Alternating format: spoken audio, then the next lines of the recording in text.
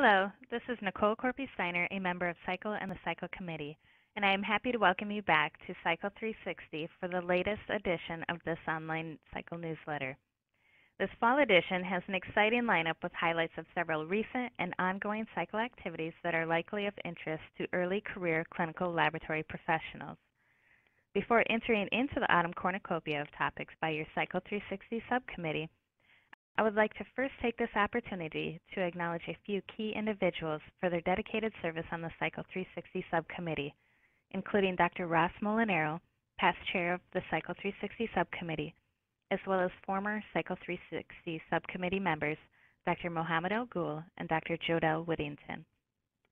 We would like to thank these individuals for their contributions were invaluable to the launch of the SYCL online newsletter back in 2010, as well as the continued success of SYCL360 with several podcast releases that have exhibited thousands of hits by online viewers. And if you missed out on viewing any of the previous podcasts, the SYCL360 podcast may be accessed on the AACC SYCL webpage, and we encourage you to take a look. The online SYCL newsletter continues to be a success because of you, the viewer, and your active participation in checking out the SYCL360 podcast. So we would like to thank each of you for your continued interest in the online SYCL newsletter. In this edition of SYCL360, Dr. Deborah French will be highlighting several of the exciting SYCL-related events that were held at this year's 2012 AACC annual meeting in Los Angeles. Please take a moment to watch and reminisce about the fun and memorable time shared with colleagues and friends this past July.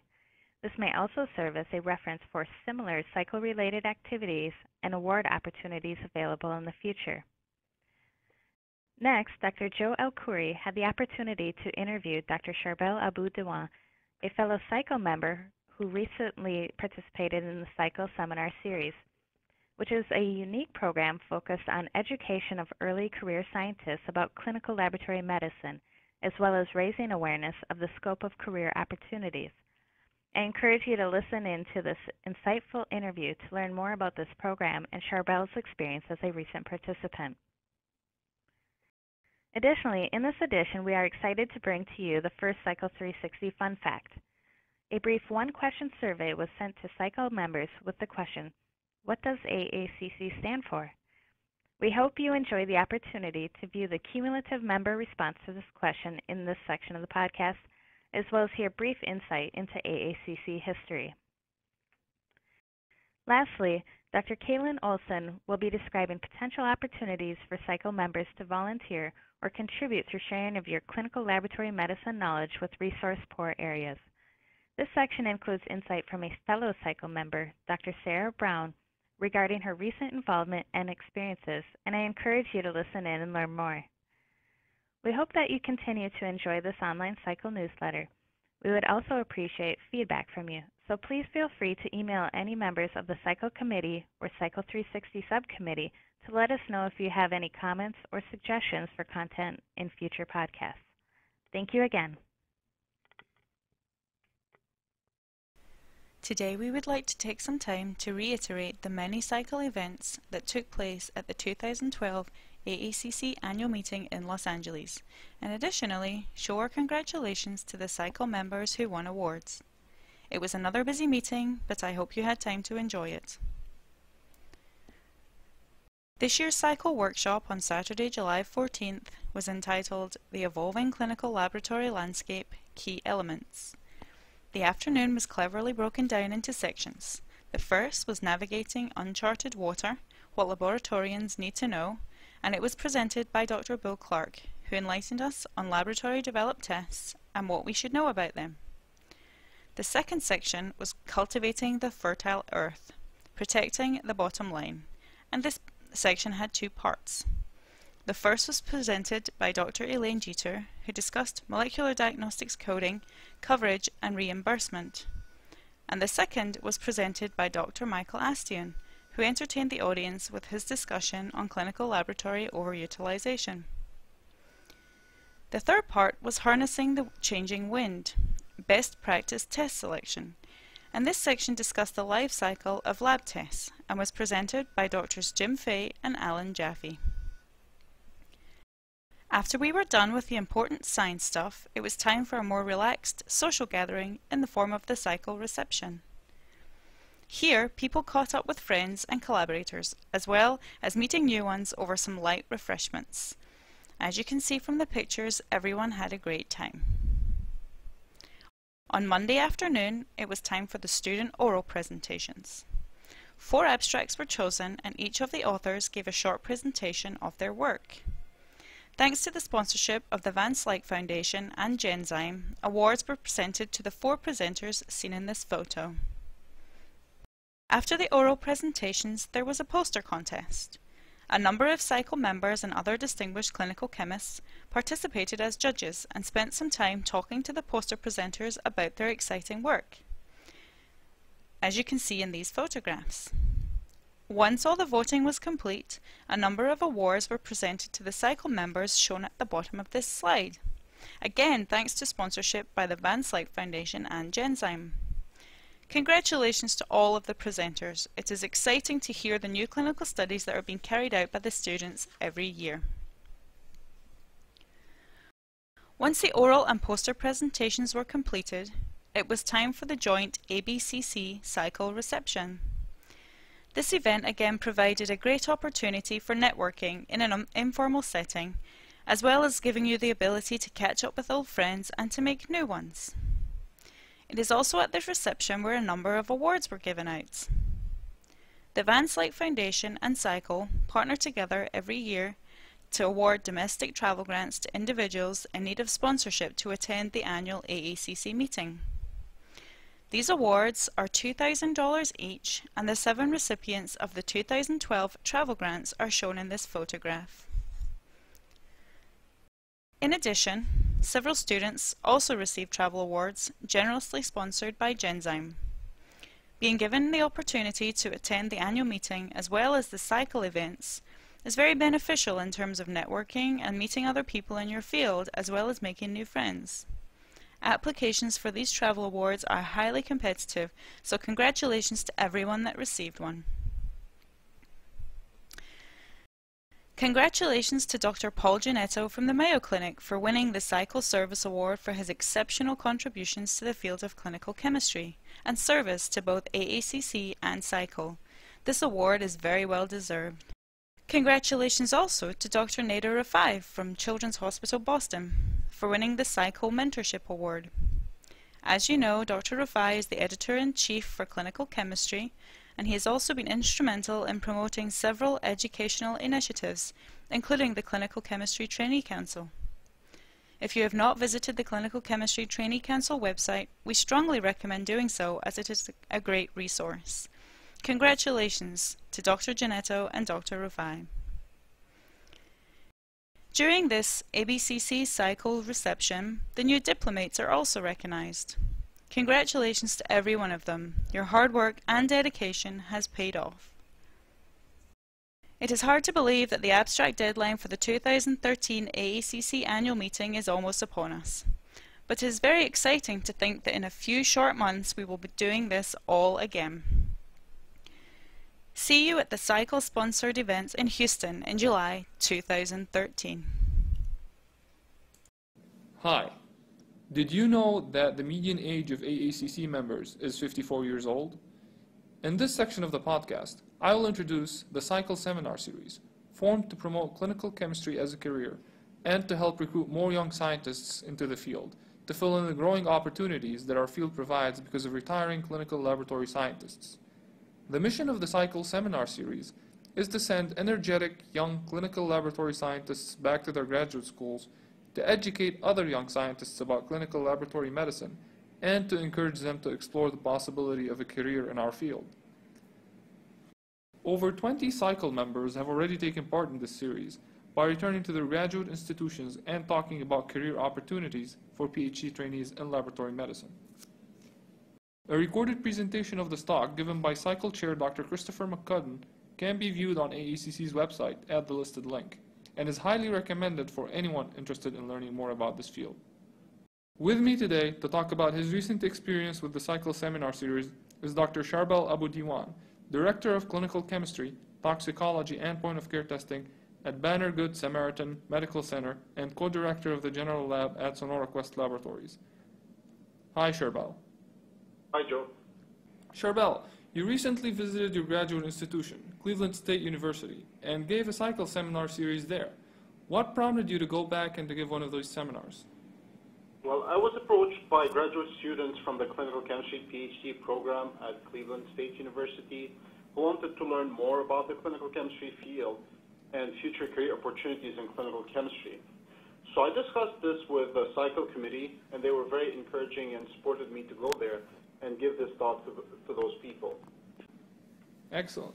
So from your perspective, what did you feel was the level of interest in the seminar and in students joining the clinical chemistry field? Well, the seminar was well attended with about 50 undergraduate and graduate students attending, including some program faculty. It was popular with the chemistry students, especially the graduate students that are enrolled in the clinical chemistry PhD program. The attendees ranged from undergraduate students to graduate students on the verge of graduating. Some were even in the process of applying for clinical chemistry fellowships. In addition to that, the seminar was video recorded so that students who are unable to attend can still view it. So what did you feel were the students' concerns about joining the field then? Their major concern was not being able to join a fellowship program, since there are so few and they are highly competitive. I discussed with them the alternative option available for those wishing to become board certified in clinical chemistry, but are unable to get into a fellowship program, which is acquiring and demonstrating to the board 5 years of full-time, diverse professional experience in clinical chemistry in laboratories or institutions deemed acceptable to the board. I also felt that a significant amount of the questions were geared towards the fellowship application and the board certification process, which I found to be typical for people just getting started in the field. So why did you recommend clinical chemistry as a career for these young scientists and students? Clinical chemistry is at the interface of science and medicine. Clinical chemists understand the science and how it is applied to medicine. It provides the opportunity for PhDs to become an integral part of the healthcare field and opens up new avenues that are different from the traditional career path typical for all PhDs. Great. Thank you for your time, Sherbel. Thank you. Welcome to the first AACC SYCL360 FunFact Q&A, which we hope that you will enjoy as a fun addition to the online SYCL newsletters. With this SYCL360 FunFact, we ask SYCL members to complete a brief survey comprising one question: what does AACC stand for? With 4 possible multiple choice answers, shown below. Thank you to SYCL members who took time out of your busy schedules to respond to this survey. The cumulative member response results to this question are indicated below. The majority of members chose the American Association for Clinical Chemistry, with about 65% of the response, which is indeed the correct answer, so congratulations. The cumulative member response also highlights the AACC name is sometimes used or referred to incorrectly. Accordingly, a helpful tip is to double-check your CV and ensure you have the correct name for AACC. To provide you with a little piece of AACC history, the AACC organization was first founded in the year 1948, and it was initially called the American Association of Clinical Chemists. It was not until the year of 1976 that the AACC organization's name changed to the American Association for Clinical Chemistry, for which it is still known today. We hope that you have enjoyed the opportunity to view the cumulative member responses to this question, as well as a brief insight into AACC history. Thank you to all those who participated in the SYCL360 FunFact survey to make this Q&A possible, and we look forward to your continued participation in the future.